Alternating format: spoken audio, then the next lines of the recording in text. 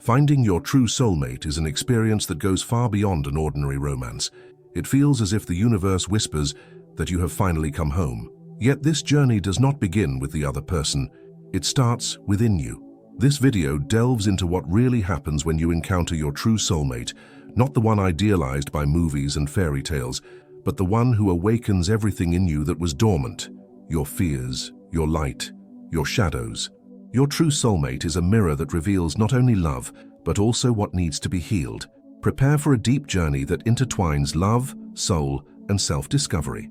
Learn how this connection can transform your life and reveal who you truly are. If you believe that true love begins with the soul, comment below. I choose to live a love that transforms me. From Carl Jung's perspective, the true soulmate is not simply someone who fills our romantic expectations, but rather the person who activates our process of individuation, the journey toward becoming whole. Finding this person is like lighting a torch in the darkness within, revealing unconscious aspects that were hidden but need to be integrated for us to evolve. A true soulmate acts as a mirror to our shadow, the collection of repressed or unknown psychic contents.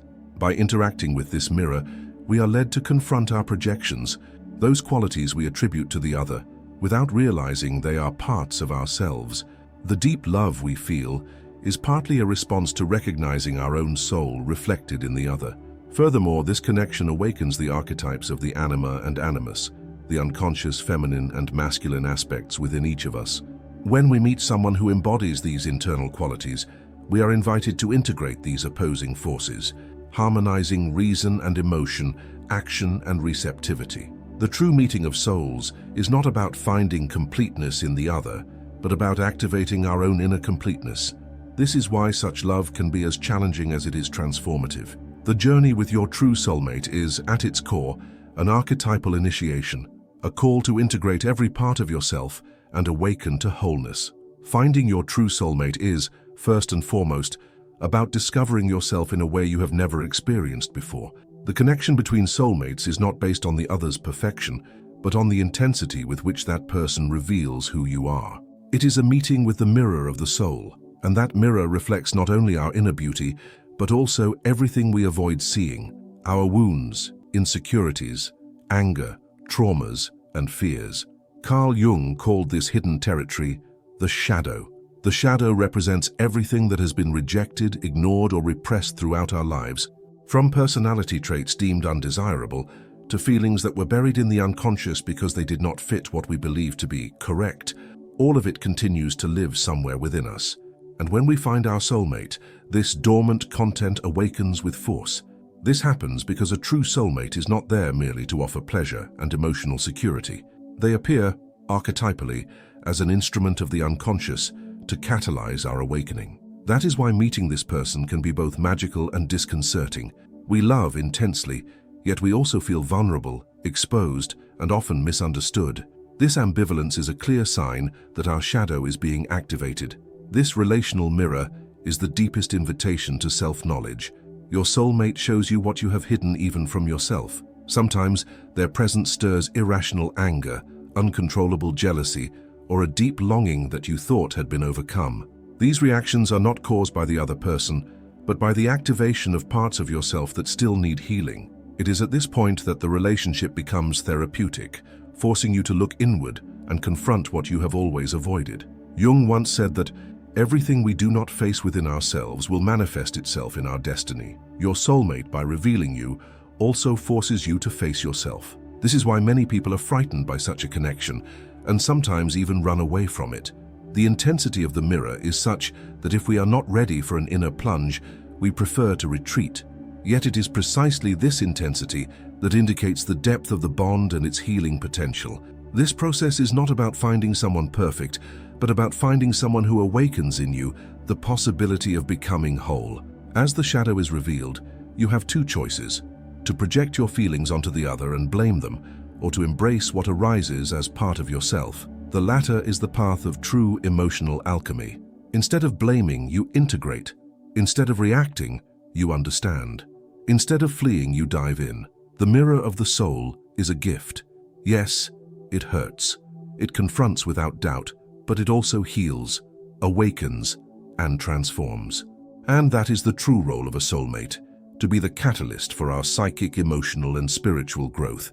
It is not about living a fairy tale, but about embarking on an initiatory journey where every look, every fight, every silence, and every touch takes you deeper within yourself. Thus, the love between soulmates transcends the romantic. It becomes a portal to the integration of the psyche. The shadow, once rejected, begins to be embraced. And by embracing it, we become less fragmented and more whole. We learn to love in a more mature, conscious, and free way. The true soulmate is not the one who completes you, but the one who shows you that you are already complete. You just didn't know it yet.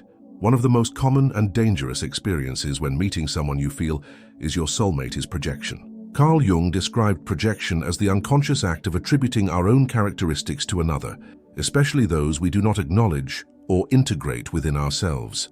In the realm of love, this mechanism is almost magically intensified. When we meet someone who seems to complete us, it is very likely that we are projecting deep parts of our psyche onto them. At the beginning of a relationship with a soulmate, it is common to feel as though you have found everything you have always been searching for: security, beauty, understanding, passion, and meaning. The other person becomes almost mythical, idealized.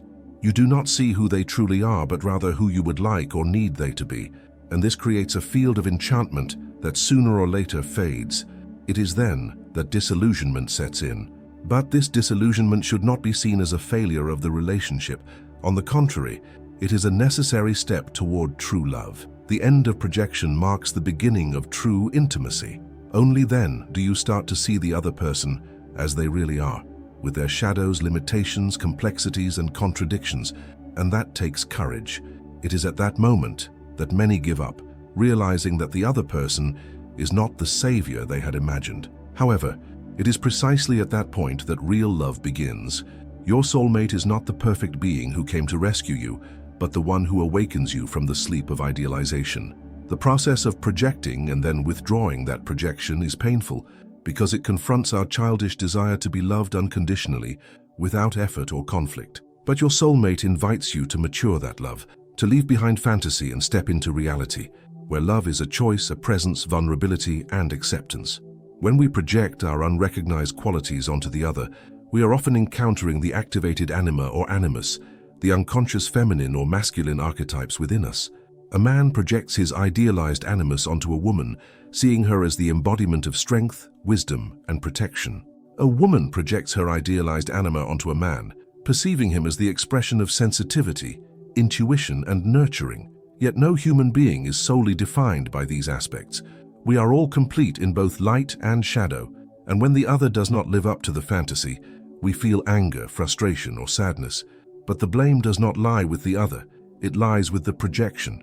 This phase, where the idealized image falls, is a rite of passage. When you accept that the other is imperfect, just like you, and yet choose to remain, the alchemy of true love begins. The ego may be frustrated, but the soul expands.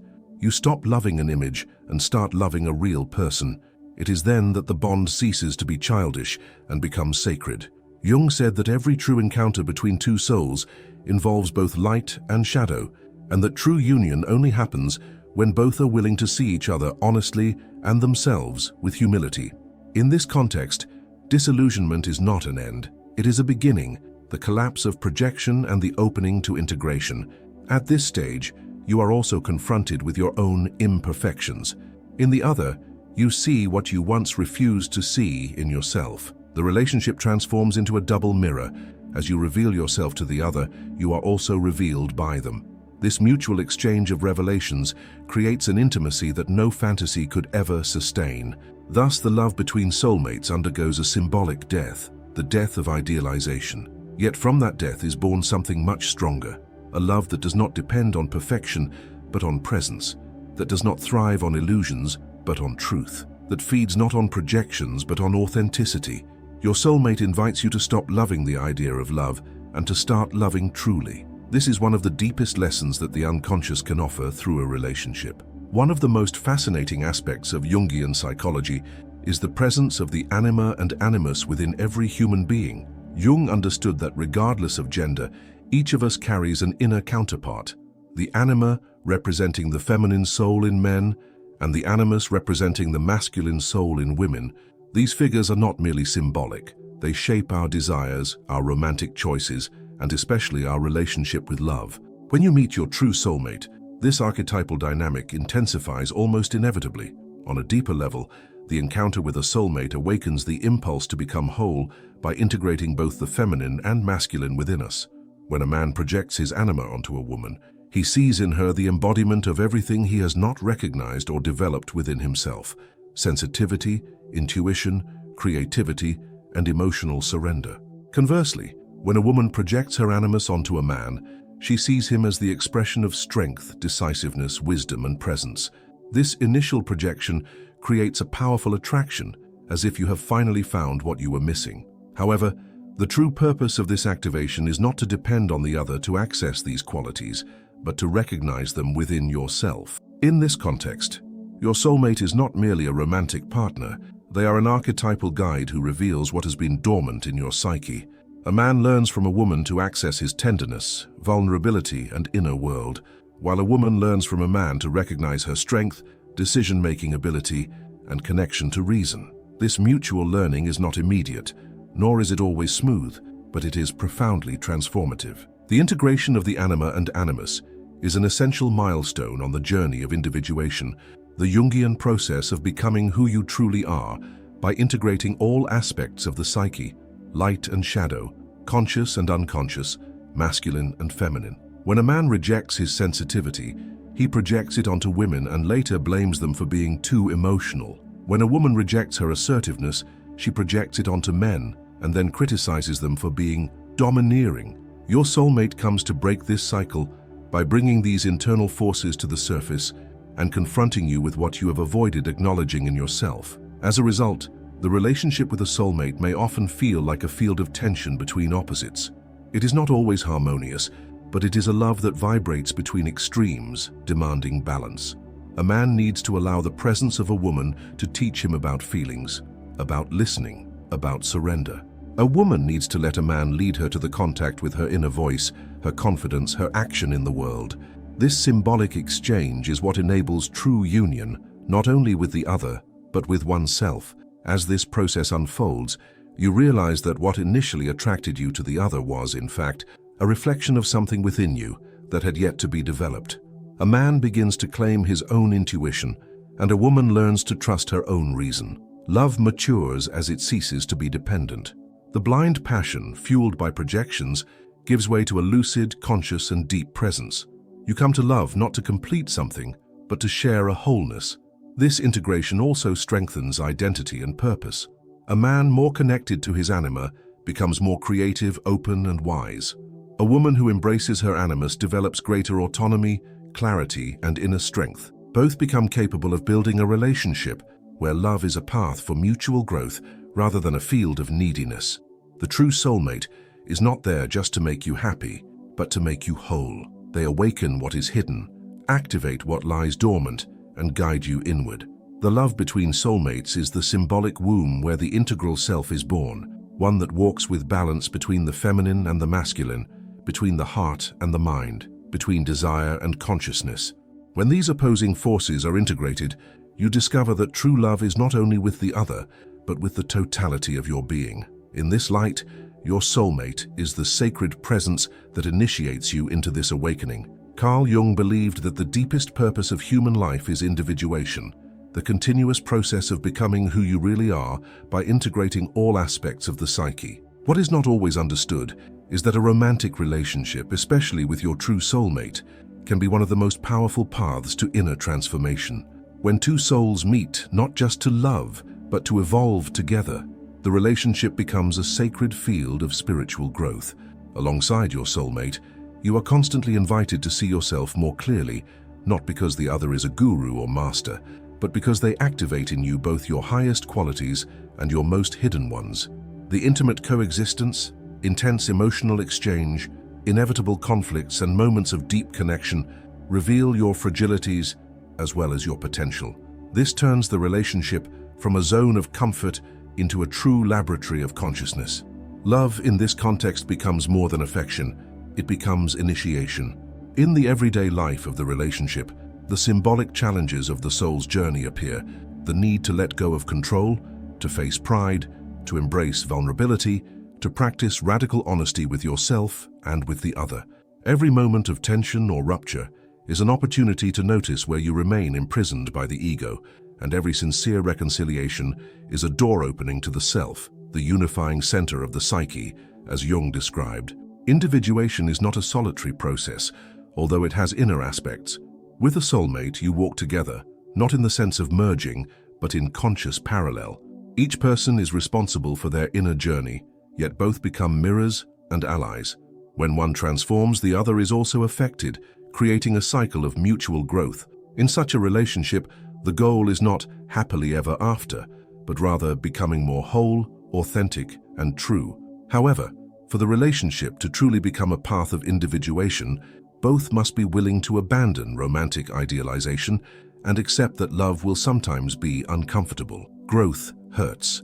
Loving consciously requires symbolic sacrifices, letting go of old patterns, truly learning to listen, and sustaining presence during difficult moments. It is also necessary to respect both your own limits and those of the other. Your soulmate may not always be ready to accompany you on the depth of this journey, and that too is part of the learning process. Jung once said that the most important encounters have been arranged by the souls even before the bodies meet. This means that a soulmate does not appear by chance. They are part of each person's psychic destiny, a portal to inner awakening. But what you do with that encounter depends on the degree of consciousness you bring to it. You can live an intense and destructive passion, or you can embrace that love as a call to transcendence. When two people choose to walk this path together, the relationship becomes an active force of healing in the world. It is not an exaggeration to say that a conscious couple has the power to radiate transformation around them. Their harmony, mutual respect, and deep bond create a field of energy that affects children, friends, and communities. The love between soulmates is always greater than the two individuals involved. It has an archetypal role of collective healing. Finally, it is important to remember that a soulmate is not the end of the journey, but the beginning of a new one. They are the encounter that awakens you, the mirror that reveals you, the fire that purifies you. Above all, they remind you that truly loving someone also means loving yourself more deeply. The relationship becomes a spiritual path, a living practice of awareness, and a journey of individuation for both. Finding your true soulmate is much more than experiencing a great love. It is being led on a journey of self-discovery, healing, and transformation. Your soulmate is the mirror that reveals both your light and your shadow, the presence that shatters projections and invites you to reality, the archetype that awakens your inner feminine and masculine, and the companion on the deepest quest of being, individuation. This kind of love does not occur to fill voids, but to reveal uncertainties. It is not meant to save you, but to awaken you. And when two human beings meet with the intention of growing together, the relationship becomes a true spiritual portal. Now it is up to you. If this content touched something within your soul, do not forget to subscribe to the channel and activate notifications. Share this video with those you feel are also ready to experience a love that transforms. And do not forget to watch the video appearing on your screen that delves even deeper into this journey. True love begins when we look within, and it continues when we walk together toward wholeness.